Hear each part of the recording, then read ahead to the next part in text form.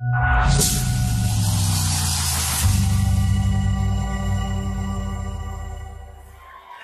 ठीक है, अभी ऐसी कोई ताली बजाने वाली बात बोली नहीं है, ठीक है। तो कुल मिला के ये कि कहानी, मैं अगर अपनी कहानी बताना चाहूँ और मैं ये बताना चाहूँ कि जीवन में जो आगे बढ़ने में सबसे बड़ा रोल है वो सोच का ही है। हमारी सोच, हम जितना अच्छा सोच सकते हैं, हम जैसा सोचेंगे हमारी लाइफ में वही कुछ होता चला जाएगा। खेल हौसलों का है और हौसले दिमाग से आते हैं। आप अगर ये सोचते हैं, आप में से बहुत सारे लोग ये बहानेबाजी करते हैं कि यार मेरे पास रिसोर्सेस नहीं है इसलिए मैं आगे नहीं बढ़ पा रहा हूं। मुझे लगता है कि अगर आप इस यूनिवर्सिटी में बैठे हैं तो आप बहुत जगह से स्ट्रांग हैं, तभी बैठे हैं। वरना हम जैसे लोग तो प्राइमरी स्कूल में 5वीं क्लास तक बैठे हैं और 6ठी क्लास में ABCD सीखी, और उस टाइम पढ़ाई इतना जरूर सिखा देती थी, भले ही कुछ नहीं सिखाती होगी, कि जो कुछ होगा वो पढ़ लिख के ही होगा। आज ये माइंडसेट बहुत बदलने की कोशिश भी की जा रही है।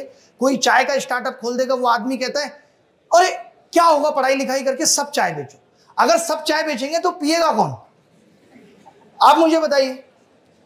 हर आदमी अगर चाय बेचेगा, हर आदमी अगर पकौड़ा बेचेगा, तो यूनिवर्सिटीज बंद कर देनी चाहिए। उसके लिए तो 10वीं की पढ़ाई भी जरूरी नहीं है ये सब करने के लिए। तो आप ये बात दिमाग से निकाल दो कि बिना पढ़ाई के कुछ हो सकता है। बहुत सारे लोग कहेंगे कि पढ़ाई का रोल कुछ नहीं है। पढ़ाई का इतना बड़ा रोल है कि पढ़ाई ये बताती है कि आपका दिमाग कितना साफ है। जैसे हम जिम जाते हैं बॉडी बनाने के लिए प्रैक्टिस करते हैं, ऐसे पढ़ाई दिमाग की प्रैक्टिस है। जब आप पढ़ाई करते हैं, जब आप मैथ्स, रीजनिंग ये सब सॉल्व करते हैं, तो वो ये चीज साबित कर देती है कि अब आपका दिमाग कुछ भी कर सकता है, नई चीजें भी कर सकता है। आपको पता ना हो मैं बता दूं, IQ लेवल नापने के लिए मैथ्स रीजनिंग का एक टेस्ट होता है जो आपका इंटेलिजेंट क्वोशिएंट नापता है। तो पढ़ाई पहली बात बहुत जरूरी है। अगर आप अपने जीवन में कुछ भी करना चाहते हैं उसके लिए पढ़ाई सबसे ज्यादा जरूरी है। पढ़ाई आपकी तार्किक क्षमता को बढ़ाती है, वो आपको सही गलत में भेद समझाती है। आप ये समझ पाते हैं कि कितने घंटे आपको YouTube चलाना चाहिए, कितने घंटे आपको इंस्टाग्राम चलाना चाहिए, क्या कॉलेज के अंदर इंस्टाग्राम चलाना चाहिए, नहीं। हम ये सोचते हैं कि यार एक आदमी था 10वीं फेल हो गया, यार सचिन तेंदुलकर इतना महान क्रिकेटर बन गया, या विराट कोहली। देखिए कुछ अपवाद होते हैं। सचिन तेंदुलकर बनने के लिए अगर आप ये टारगेट ले रहे हैं कि मैं भी पहले 10th फेल होऊंगा तब ऐसा कुछ करूंगा, ये सब हम सोचना चालू कर देते हैं, सपने बुन लेते हैं सिर्फ कॉलेज के एक प्लेसमेंट को देख के। कॉलेज का प्लेसमेंट बहुत जरूरी है। आप में से अगर कोई ये सोचता है कि आपको IAS की तैयारी करनी है, आप में से कोई ये सोचता है कि आपको गवर्नमेंट जॉब प्रिपरेशन करनी है, SSC CGL निकालना है, कुछ भी करना है, मैं एक चीज कहता हूं कि आप ये मत सोचिए कि आपको ग्रेजुएशन के बाद ये करना है, लेकिन जो अभी आप कर रहे हैं कि आप उसमें अच्छा कर पा रहे हैं या नहीं कर पा रहे, ये सबसे ज्यादा जरूरी है। आज में आप ग्रेजुएशन में हैं, आपका टारगेट होना चाहिए कि कॉलेज में अगर कोई कंपनी आती है तो मैं पहले इसमें प्लेसमेंट लूंगा। मैंने भी अपने कॉलेज में TCS में प्लेसमेंट लिया, सन 2012 की बात है। मात्र 23,000 रुपये सैलरी थी, और छोटी छोटी जो ये खुशियां मिलती हैं ये आपका कॉन्फिडेंस बढ़ाते हैं, और आपका ही नहीं आपके माँ बाप का भरोसा भी आप पे बढ़ता है कि ये लड़का हमारा कुछ भी कर सकता है। कॉलेज का प्लेसमेंट एक बहुत छोटी सी चीज है, क्योंकि कंपनी पे प्रेशर है कॉलेज का कि 20 लड़के तो लेके जाने ही है, तो आप उस 20 में आपको आना है। तो ये हमारे ऊपर भी था। कॉलेज का प्लेसमेंट हो गया भाई, पूरी रात सेलिब्रेट किया, यार नौकरी लग गई, अब तो पता नहीं दुनिया हिला दे। ऐसा लगता था 23,000 की सैलरी में क्या क्या कर डालेंगे, जूते ले लेंगे, ये वो सब सोचा। उसके बाद पता चला रिसेशन आ रहा है, 8 महीने तो ज्वाइनिंग ही नहीं मिलेगी। 2012 की बात बता रहा हूं। उस 2012 के बाद ये लगा घर पे कि यार IAS की तैयारी कर लेते हैं, क्योंकि IAS की तैयारी एक ऐसा था, पहले तो आज भी है, कि आप कुछ नहीं कर पा रहे तो IAS की तैयारी कर लीजिए। मेरे कॉलेज के सिर्फ उन लड़कों ने IAS की तैयारी की जो कई बार फेल हो गए थे। बाकी सबको तो पता था क्या करना है, लेकिन जो कई बार फेल हो गए थे उनको लगता था कि कुछ नहीं तो IAS की तैयारी, क्योंकि IAS की तैयारी के नाम पे एक टाइम पे घर से 6-7 साल खर्चा आता रहता है। लड़का DM बन जाएगा कल को, ख्वाब बड़े बड़े हैं। और अब तो कोचिंग्स वाले सपना बेच भी रहे कि IAS बन जाइए, IAS बनिए मत बनिए, लेकिन एक बार तैयारी जरूर करिए, क्योंकि आपकी तैयारी से ही उनका चलना है। ठीक है, तो ये एक प्रेशर आ जाता कि भाई हमारे ऊपर भी था कि यार तैयारी करते हैं यार, ठीक है। गांव में रहते थे, और कॉलेज से बाद जब आप ग्रेजुएशन के बाद गांव आ जाते हो तो मोहल्ले वाले आपका जीना दुश्वार कर देते। इंजीनियर लड़का गांव में खाली बैठा है, और करने को गांव में कुछ नहीं होता है, गली के कुत्ते घूम रहे उनके ऊपर हाथ फेर दो। मम्मी ने कह दिया कि यार मटर छील दे, आलू छील दे, खाली बैठा है। इतना अनईजी लगता है, मैं आपको बता नहीं सकता। इंजीनियरिंग करने के बाद या ग्रेजुएशन करने के बाद घर पे खाली बैठना अपने आप में बहुत टफ टास्क है। आप कुछ डिमांड नहीं कर सकते। आपने कहा मुझे जैकेट लेनी है, जैकेट लेनी है तुझे, शक्ल देखिए अपनी, ऐसे ऐसे रिप्लाई मिलते हैं। अगर आप ग्रेजुएशन के बाद खाली बैठे हो, मैंने झेला ये सब, उसके बाद लगा यार कुछ तो करना पड़ेगा, आईएएस की तैयारी करने मुखर्जी नगर आ गए, ये सोच के आए थे। लेकिन हमेशा आपको ऊंचा सोचना है, लेकिन तैयार इसके लिए भी रहना है कि कुछ नहीं मिलेगा, छोटा मोटा मैं कुछ तो कर लूंगा, इतना भरोसा तो रखना पड़ेगा। यानी एफर्ट 100% होना चाहिए। भाई मुझे बता भी देना कि मेरा कितना टाइम है, जाके ऑडिशन देना जगह जगह कि कुछ हो जाएगा कुछ हो जाएगा। लेकिन बहुत धक्के खाने पड़ते हैं जीवन में कुछ करने के लिए, और सबको, और वही चीज हिम्मत देती है। मैं आपको बता दूं, आज वही हिम्मत है हमारे पास कि हमें डर नहीं लगता, हम सरकार के अगेंस्ट भी बोल देते हैं, क्योंकि हमने सीबीआई के भी 7 साल धक्के खा लिए, जीएसटी के भी खा लिए, इनकम। तो ये सब चीजें जो जीवन में आपकी परेशानियां आती हैं, ये आपको मजबूत बनाती है। आपको याद होगा जब कोविड हुआ था, आया था, तो लोगों ने कहा था कि आपको एक बार कोविड हो गया, अब आपको डरने की जरूरत नहीं, क्योंकि कोविड की एंटीबॉडीज बन चुकी हैं। ऐसे जब पहली बार ब्रेकअप होता है, डरने की जरूरत नहीं, एंटीबॉडीज बन गई। अब जो नेक्स्ट होगा वो तकलीफ नहीं देगा। तो जिंदगी का हर दुख आपको मजबूत करके जाता है। हर दुख, जब भी दुख आए सोचना ही नहीं, और दुख तो कुछ है भी नहीं। हम जिसको दुख कहते हैं बेसिकली वो किसी के आने से जो सुख बढ़ा होता है उसकी कमी हो जाती है, नहीं तो उससे पहले भी हम खुशी थे। तो ये दुख कुछ है नहीं, अनुभूति है कि भाई सुख में कमी हो गई है। तो मैं अपनी स्टोरी पे वापस आता हूं, तो फटाफट एक एक लाइन में बताऊंगा, सुनते रहिएगा, कान में बिठा लीजिएगा। ये इसलिए बता रहा हूं क्योंकि आपको भी जीवन में इंस्पिरेशन मिले कि बहुत बार गिरना पड़ता है। तमाम बार गिर के उठ के मैंने लिखा था कि वक्त बदलता है फिर बदलेगा, सारा जहां अपना हो।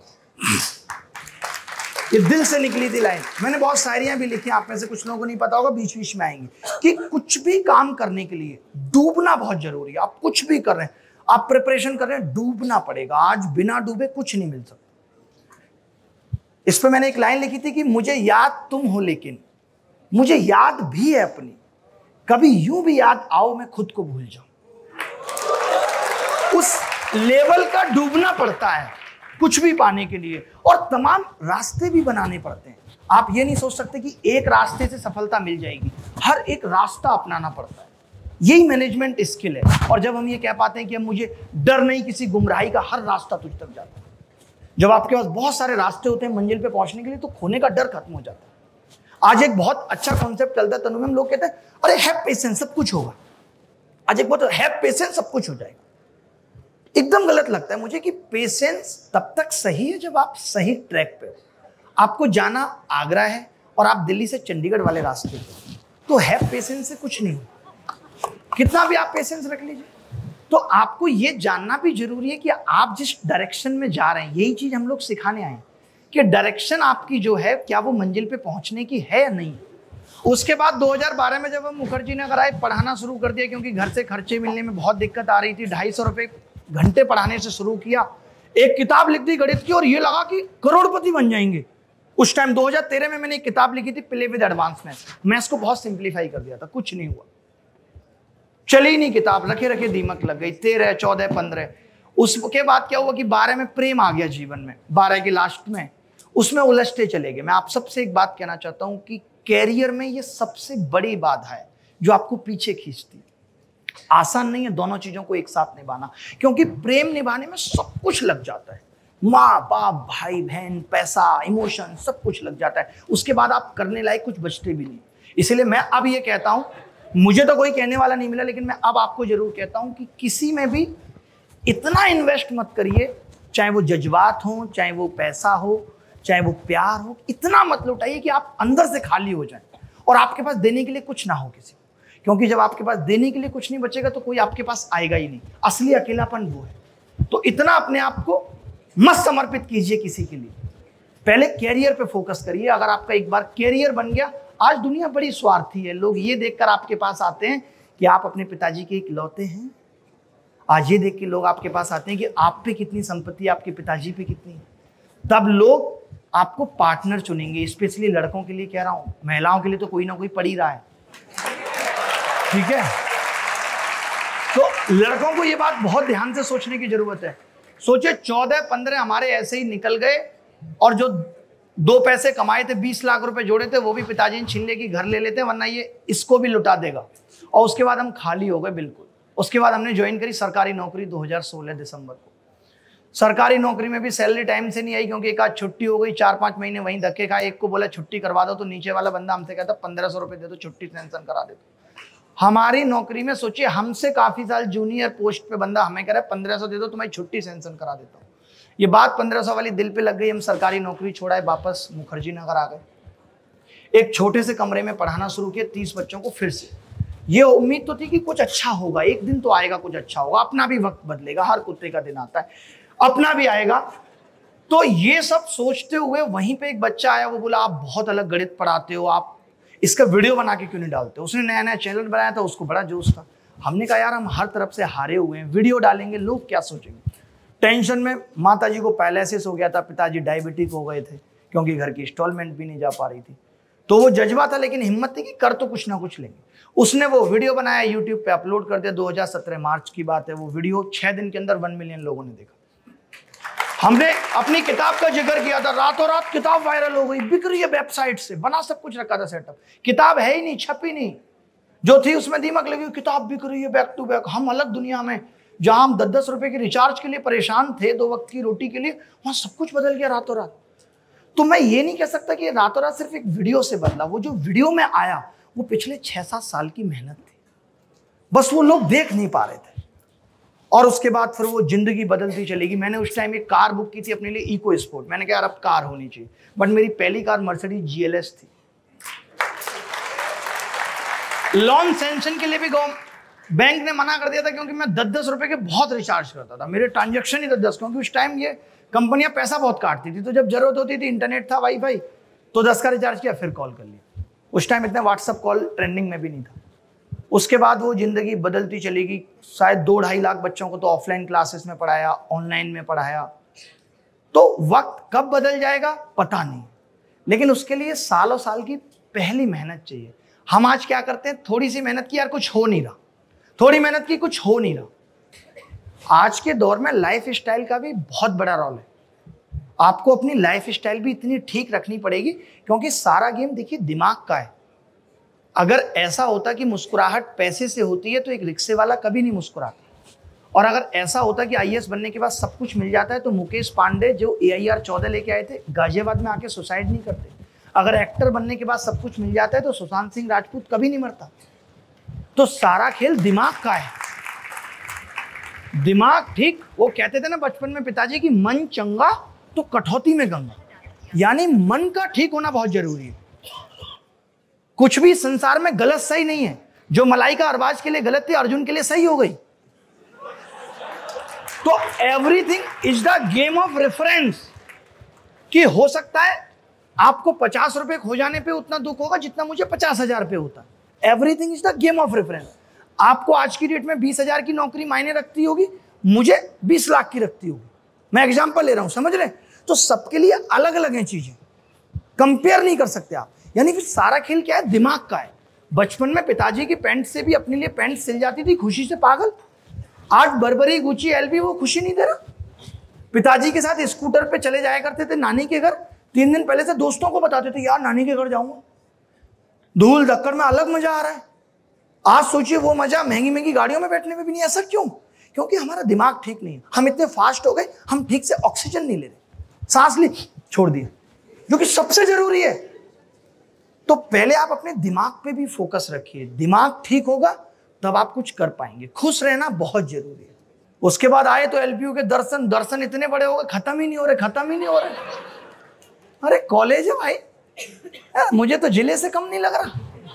जहां देखो वहां 4 बच्चे घूम रहे हैं, कोई कोपचे में बैठा हुआ है।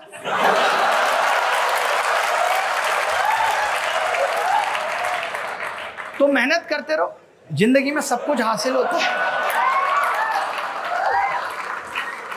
सब कुछ मिलता है।